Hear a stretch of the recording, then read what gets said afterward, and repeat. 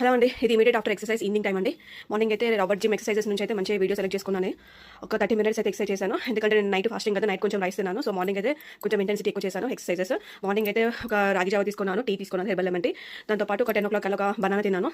మళ్ళీ ఆఫ్టర్నూన్ వచ్చేసి సలాడ్తో పాటు మన గడక, దాంతోపాటు టమాటా మెంతి కూర చట్నీ, 1 cup ఆఫ్ కర్డ్ తీసుకున్నాను. సో ఇవాళ ఆఫీస్లో చిన్న పార్టీ ఉండే ఈవినింగ్. ఒక సమోసా, ఒక కేక్ పీస్ అండ్ 1 మిర్చి, ఈ 3 తిన్నాను. ఈ 3 క్యాలరీస్ 350 ఉంటుందండి.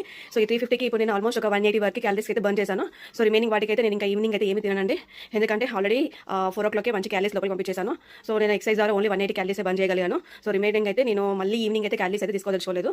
ఏమైనా ఆకలేస్తే మాత్రం పల్చడి మజ్జిగ అయితే తీసుకుంటానండి. సో ఇలా మీరు క్యాలరీస్ మేనేజ్ చేసుకుంటూ తినండి, నో ప్రాబ్లం. అప్పుడప్పుడు కొంచెం బయట ఫుడ్ కూడా తినొచ్చు, బట్ క్యాలరీ మేనేజ్మెంట్ చేసుకోవాలి అండ్ కంపెన్సేషన్గా మాత్రం పెట్టుకోవాలి. అంటే ఇప్పుడు నేను ఏం చేశాను, కొంచెం ఎక్సైజ్ ఇంటెన్సిటీ పెంచాను, at the same time night dinner అనేది స్కిప్ చేసేస్తున్నాను. సో అలా క్యాలరీ అనేది మేనేజ్మెంట్ చేసుకుంటా మీ డైట్ అయితే చేసుకోండి, దాంతోపాటు ఎక్సర్సైజ్ అయితే మానకండి.